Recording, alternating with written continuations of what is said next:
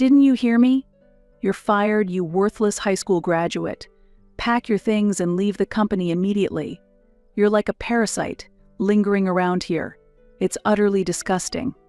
Those were the words my father, the president of the company, said to me after I had dedicated 20 years to the family business since graduating high school. At first, I couldn't believe my ears, but it was clear he was serious. He wanted to hand the company over to Preston, his adored grandson who had just earned an MBA from Harvard. From now on, Preston will be the trainee director. Don't you understand that having his high school graduate aunt around would be a hindrance? Something inside me snapped. I'll pack my things and resign today. Goodbye. Ignoring my coworkers' attempts to stop me, I stormed out of the company. Little did I know, a week later, my father would call me in tears, begging me to return. My name is Blanca Lewis. In high school, I loved sports and lived with my father, Frederick, who ran a tax office, my mother, Maria, who handled accounting, and my academically gifted sister, Holly. Since childhood, I excelled at sports, joining various clubs, while Holly was gifted academically. We admired each other's strengths, making our bond unique. However, my parents had no understanding of sports and favored my studious sister. Even when I competed in long-distance events at the state level, my parents never came to cheer me on. But that didn't discourage me. No matter how much my parents disliked me, I knew results wouldn't betray me. The more I ran, the more confident I became in my growth. Because of this, I received offers from several universities for long-distance sports scholarships, but my parents, unable to appreciate the value of sports, opposed my college admission.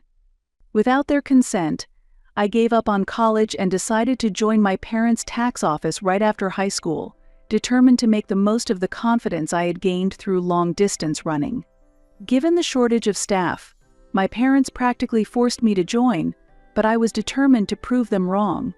However, the hurdle was high. My years as a sports-oriented student made it difficult at first to handle taxes, with their complex numbers and laws, but my persistence from long-distance running helped me scrape by. After graduating high school, I moved out of my parents' home and began living on my own.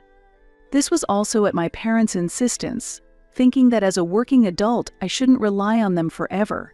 "Sis, are you really leaving?" Holly, the only one who seemed sad about my departure, saw me off at the door on the day I left. "I'm sorry, Holly. Leaving you behind is my only regret, but I promise I'll keep in touch. And one day, come visit me. I'll be waiting." I gave Holly a reassuring smile, ruffling her hair to ease her worry. Unlike me, Holly was a bit shy and seemed like someone who needed protection. Leaving her alone in that house made me feel guilty. But since our parents were kind to her, I figured she'd manage. I thought if anything ever happens, I'll be there for her in an instant.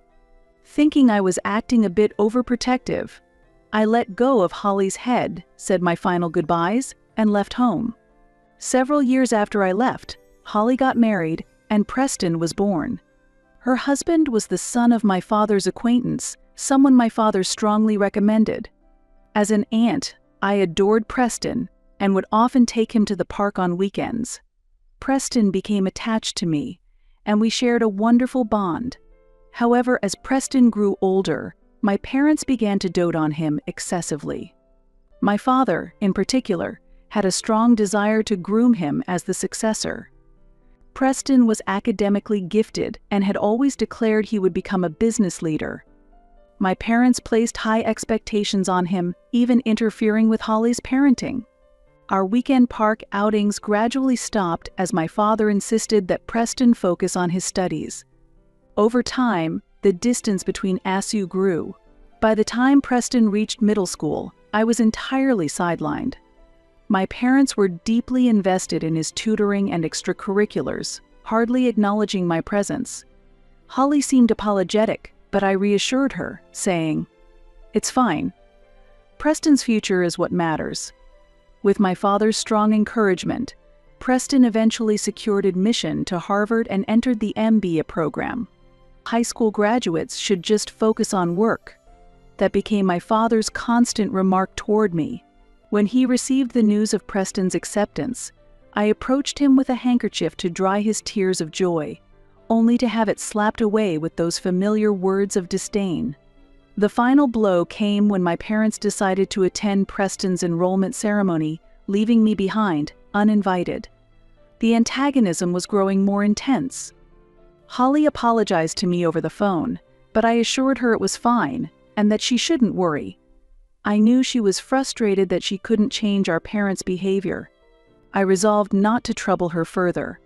I thought that if I could someday earn my tax accountant certification, my parents would finally acknowledge me. But contrary to my hopes, my parents' treatment of me grew colder. They began ignoring my greetings, and when I asked questions, they left them unanswered. "You don't even know that?" This is why high school graduates are useless. My mother often remarked, like a nagging mother-in-law. She sometimes even scolded me outright. Then, one day, a turning point arrived. I finally achieved my long-awaited tax accountant certification. After several years in the company, I decided to pursue the certification to build greater trust with our clients. To earn it, I had to pass 5 separate exams which could be taken over multiple years. Taking advantage of this system, I passed 1 subject per year, dedicating 5 years to achieve my certification and officially becoming a tax accountant. I first shared the news with Holly and Preston. Holly was thrilled, as if it were her own accomplishment. Preston sent a brief message, "Congratulations." With newfound motivation, I dove into my work wholeheartedly, and as a result, clients began to trust me more. Even outside business hours, I would promptly attend to clients' needs. "Thank you, Blanca. I'm so glad you're in charge," they would say, expressing gratitude with smiles that became my greatest joy. I never neglected prompt responses, and I enthusiastically accepted invitations to golf and barbecues, even on weekends. "You really work hard, don't you?" While enjoying a barbecue with our clients, my colleague, Elvin Wilson, looked at me and said this. It seemed he found it unusual that I actively participated in client interactions. I just did it because I enjoyed it. Elvin, on the other hand, wasn't particularly fond of gatherings like this. He was someone who would get attached to people he was close to, but when it came to professional relationships, he had a surprisingly detached side. Why did he even become a tax accountant? Still, that didn't change the fact that he was passionate. We got along well, and I knew he was someone I could rely on when it mattered. "What are you talking about? You're working hard too. You're here for the clients, after all. Come on, make the most of it and eat up. I've already had about 5 servings of meat. You're eating too much." Are you really a former long-distance runner? Apparently, eating all that meat didn't make me look like an ex-long-distance runner. How rude. I'd always had a big appetite, but I held back when I was an athlete, I joked. Elvin and I laughed over these light-hearted conversations, bringing our clients into the fun and enjoying the barbecue together that day. As I continued spending days like this, building connections with clients alongside Elvin, I gradually became invaluable to them, and before I knew it, I had reached the top of the company's sales. With many major clients under my belt and the growth in revenue from my accounts, my efforts had finally paid off. You did it, Blanca. Your hard work really paid off. Thank you, Elvin. I guess I'll have to get serious and follow your example soon. Were you not serious until now? I couldn't help but tease him back, but I was genuinely touched by Elvin's congratulatory words. After that, I gained many more admirers apart from Elvin. I expanded my network both inside and outside the company, and each day felt more fulfilling and rewarding. However, my parents remained the same as ever. No matter how much I contributed to the company, their attitude was that it was only natural for me to give back, as they had allowed a mere high school graduate like me to join the company. At the company's celebrations, they handed out awards to top performers, but I was the only one excluded. Once again, I was filled with frustration at my inability to change my parents' hearts. Then, I received news that Preston had graduated from Harvard with excellent grades. He had completed his MBA and was about to return home. The thought of Preston returning home brought mixed feelings. He was once my sweet nephew, but now he has become the heir, carrying the full weight of my father's expectations. Still, as his aunt, I wanted to genuinely celebrate his return. My father was preparing to have Preston join the company immediately upon his return. "Preston will lead this company into the next era," he said, moving forward with the succession plans as if I didn't exist. Holly called me, sounding apologetic. "Sis, Dad is completely fixated on Preston. I tried to stop him, but don't worry about it. Preston probably doesn't even think about me." "No, that's not true. Preston really cares about." Before Holly could finish, I hung up. Thinking about Preston brought back memories of our times at the park. Back then, I never imagined things would turn out like this. Before long, Preston returned and joined my father's tax office. For his first year, he was granted the privilege of no overtime, and my father personally mentored him. Meanwhile, I continued with my usual routine of overtime and working on weekends. Even so, I carried on with my work diligently, earning the trust of our clients. "Blanca, we're truly grateful to have you here.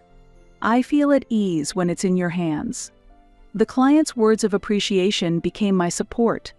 Then, something unusual happened. My father organized a welcome party for Preston, and surprisingly, I was invited. "Looks like your folks are finally starting to recognize you," Elvin remarked. No way. In the reception-like venue, as I watched my parents talking to Preston, Elvin, who was sitting with me, leaned over and whispered that he thought maybe, just maybe, my parents were starting to recognize my efforts. I almost wanted to believe him, after all the hard work I'd put in. With that faint hope, I looked toward my parents, and unexpectedly, my father turned and met my gaze. After saying something to Preston, he started walking toward me.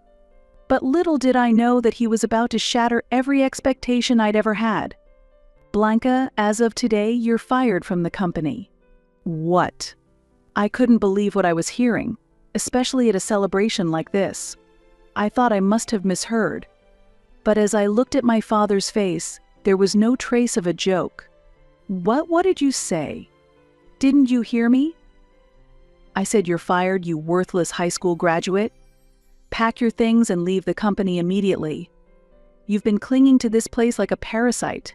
It's disgusting." I wished it were a misunderstanding, but it wasn't.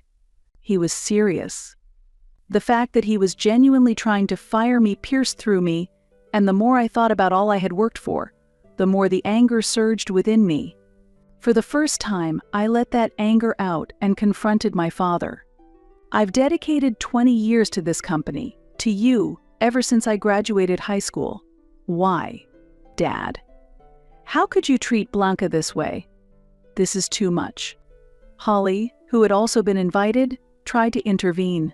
"Preston will be taking over as the trainee director. Don't you understand that having his high school graduate aunt here would be an obstacle?" "Hey, that's going too far," Elvin interjected, clearly furious as he addressed my father. In all the years we'd worked together, I had never seen Elvin so angry. "Sir, no matter how much authority you have, there are things you should never say to your own child. And who do you think you are, speaking to me like this? I am the head of this tax office. What I say is absolute. Or, would you like to be fired along with her?" Even toward Elvin, my father was unyielding. If my presence was going to get Elvin fired too, then Enough. Both of you. Something broke inside me, and I calmly stopped their conversation. Elvin seemed to object, but honestly, I wasn't absorbing any of it. "I'll gather my things and leave today. Thank you for everything." "Blanca, wait." "Sis." Ignoring Holly's call, I cast a final glance at my father and ran out of the venue, almost fleeing. It hurt to realize that no matter how hard I worked, none of my efforts had ever reached my parents. But with Holly and Elvin by my side, I didn't want them to see me in such a pitiful state. Maybe it was time for me to stop clinging to my parents' company and strive to make it on my own elsewhere. Perhaps all I could do was support Preston, my nephew. Maybe it wasn't my time anymore. I'd have to make sure to properly apologize to Elvin later. As I ran down the dark road back to the company, thoughts like these swirled in my mind, and I felt tears beginning to flow naturally. There was no use crying, but I was determined to turn these tears into strength. With that resolve, I stopped running, took out my phone from my pocket, and made a call. The next day, I went around saying goodbye to our clients. Each one expressed regret over my departure, and many insisted they wanted to follow me to my new job. However, poaching clients would be improper. Though I tried to politely decline, I couldn't stop clients who wanted to switch tax offices of their own accord. They firmly insisted they wanted me as their advisor, refusing to compromise. I was overwhelmed with gratitude. It touched my heart deeply, and with most of my clients deciding to follow me to my new office, I couldn't hold back my tears in front of them. Yes, as soon as my resignation was confirmed the previous night, I called Simon Foster, the director of a tax office I knew, and after sharing the whole story, he offered me a position. "It must have been tough for you. You'll be able to relax here. We'd be delighted to have you." Simon was incredibly friendly, and I remember pouring my heart out to him, even rambling about trivial things through my tears, but he simply nodded along, listening patiently. I recall how kind he was. "If your father treats you that way, feel free to consider me as your father figure instead." Even over the phone, his words felt more fatherly than my actual father's, and I gradually felt a resolve to work hard for him. And so, shortly after leaving my former position, I joined Foster Tax Office, setting out toward a new goal. After working there for a few days, I was progressing better than I had expected. With most of my former clients following me and the director's full support, both my income and status at Foster Tax Office had improved. Feeling Simon's confidence in me only increased my motivation, and I found a renewed excitement in my work. About a week later, after finishing work, I checked my personal phone and was shocked to see a slew of missed calls from my father. I was stunned, as I'd never received a call from him before. Listening to one of the voicemails, I heard a message stating that his tax office was suffering a massive client loss, putting their finances in jeopardy. "Preston's gone too, and the company is in danger. Do something. You still want to work at my company, don't you?" Hearing my father's self-centered plea, I immediately ended the voicemail. Honestly, I no longer saw him as a father. What caught my attention, though, was the mention that Preston had left, which worried me. I quickly called Holly, who answered sounding completely exhausted. Apparently, Preston had submitted his resignation, wasn't returning home, and was staying at a hotel. He had grown frustrated with my father's authoritarian management style and was planning to transfer to a different tax office. According to Holly, my dismissal led Elvin and the other staff members to quit en masse. Elvin. I hadn't even reached out to him, yet he must have. Out of consideration for me. Ending my call with Holly, I stared blankly at the list of missed calls from my father on my phone screen. With both Preston and Elvin gone, and the departure of the other staff and clients, it felt like the fate of my father's company was in my hands, but I deleted the missed calls from my phone and gently closed it. A few months later, Holly informed me that my parents' tax office had gone bankrupt. Due to the client exodus and the mass resignation of staff, my parents' tax office could no longer sustain operations and ended up closing. They had just taken out a loan to renovate the office, leaving them with substantial debt. With my father's reputation tarnished, it's unlikely any tax office in the industry would consider hiring him. I heard from Holly that my father now spends his days working labor-intensive part-time jobs, while my mother struggles with part-time retail work, scraping by as they try to pay off their debts. Well, I would have liked to say I heard that from Holly, but surprisingly, it was someone else who filled me in on my parents' situation. It was Elvin. Elvin, your whole vibe has changed, hasn't it? You look like a CEO now, and your suit looks a lot more expensive than before. Hey, you noticed? Actually, I won the lottery. $10 million. $10 million? Shay, keep it down. You keep it down too. When Elvin suddenly reached out and appeared before me, I was completely taken aback as he casually mentioned winning the lottery. He started off proudly, but soon his tone softened as he continued. The truth is, I used those winnings to start my own firm, Wilson Tax Office. I'm the director now, and all the staff from your father's company asked if they could join me. I think I finally understand what it means to be admired, like you are. Elvin. Living it up would have been nice, but I saw how hard you worked, so I couldn't just take the easy way out. So I became a director to take care of everyone properly and work alongside you, shoulder to shoulder. You're already a pretty respectable director. It's almost annoying that you're not acting like yourself. And working shoulder to shoulder? You're higher up than me now. Elvin, of all people. But I have to say, I don't dislike you. Falling for me, aren't you? I almost wrapped my arm around his shoulder to put him in a wrestling hold, but I decided against it. Instead, we put our arms around each other's shoulders and laughed together, looking forward to what life held for us. Afterward, I let Holly and Preston stay in my apartment while they recovered, keeping an eye on them as I continued working. As they regained their color and appetite over time, I invited them out for a meal at a restaurant one evening. There, the three of us finally had a long talk about everything. Preston shared that he'd grown increasingly disillusioned with my father's authoritarian management style and decided to resign after my dismissal. He couldn't endure the outdated practices that clashed with the management theories he had learned at Harvard. We had only been torn apart by our parents, but there was never any true animosity between us as a family. Although Holly and Preston had nothing to feel guilty about, talking about the past sometimes brought a shadow over their faces. But Holly apologized for all the hardship she felt she had caused me over the years. I tried to reassure her that none of it was her fault, but she was insistent. She was always so earnest, almost to a fault.